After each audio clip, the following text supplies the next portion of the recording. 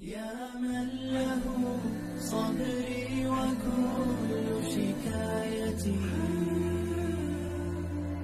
وبقربه كم تنجلي أشجاري.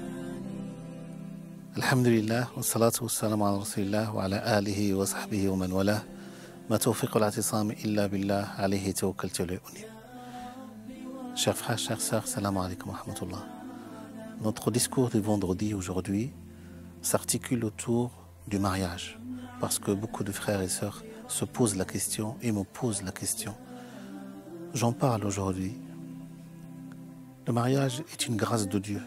L'amour, le mariage en islam, est un grand bienfait de la part d'Allah Azza wa Jal. Il est très important de concevoir, de bien comprendre que la première partie de l'âme humaine, l'homme, puisse trouver la paix, la sérénité, le bonheur de l'âme à côté de l'autre moitié de l'âme humaine qui est la femme. وَجَعَلَ مِنْهَا زَوْجَهَا لِيَسْكُنَ إِلَيْهَا السَّكِينَةُ, le bonheur de l'âme, la paix intérieure. Dans le Coran, il y a deux concepts qui sont lourds de sens, dont la portée et la signification sont incommensurables.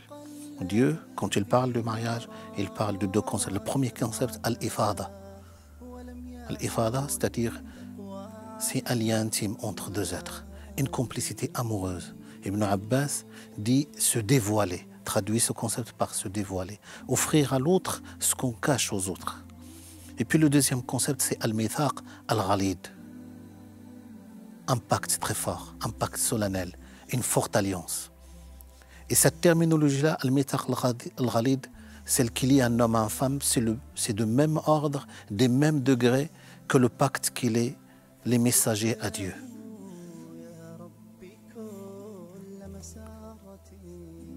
Le mariage en islam, il n'y a pas de recette toute prête. Il ne faut rien idéaliser. L'époux parfait et l'épouse parfaite ne se trouvent que dans les rêves. C'est un processus, tout se construit, où chacun doit émettre des siens, doit déployer les efforts nécessaires pour réussir ce projet de vie. Parce que dans notre conception, Allah subhanahu wa ta'ala, dans Surat al-Zukhruf, l'ornement dit « Udkhulul jannata antum wa ajwajakum tuhbarun » Rentrez au paradis, vous et vos épouses, ou vos époux bien accueillis. Donc c'est un processus, c'est une construction où chacun, c'est une conquérance dans le bien.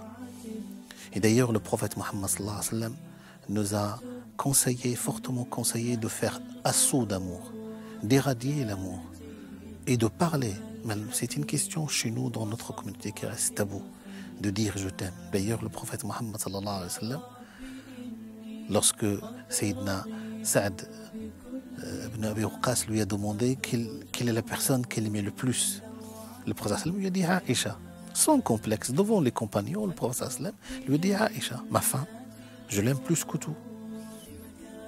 Et d'ailleurs, dans une autre version chez l'imam Ahmed, Aïcha aimait interroger le prophète Mohammed sallallahu alayhi wa sallam, aimait lui rappeler justement la complicité amoureuse qui les liait tous les deux. Il lui pose la question, comment est ton amour pour moi?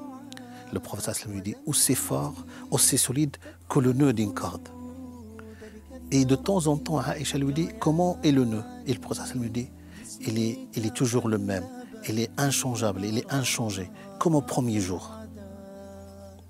Et d'ailleurs, dans un hadith chez l'imam Ahmed, le prophète lui dit, de deux personnes qui s'aiment, celle que Dieu aime le plus, c'est celle qui fait plus d'efforts envers l'autre. C'est celle qui aime plus l'autre. À chaque fois que je me montre généreux, présent, serviable, attentif, prévenant vis-à-vis de mon conjoint ou de ma femme, j'avance en vertu et m'exerce à dépasser l'ego. Qu'Allah subhanahu wa ta'ala nous permette d'y arriver, de vivre la foi, de goûter sa douceur et de nous permettre d'accéder à son amour et à sa proximité. Wassalamu alaikum wa rahmatullah.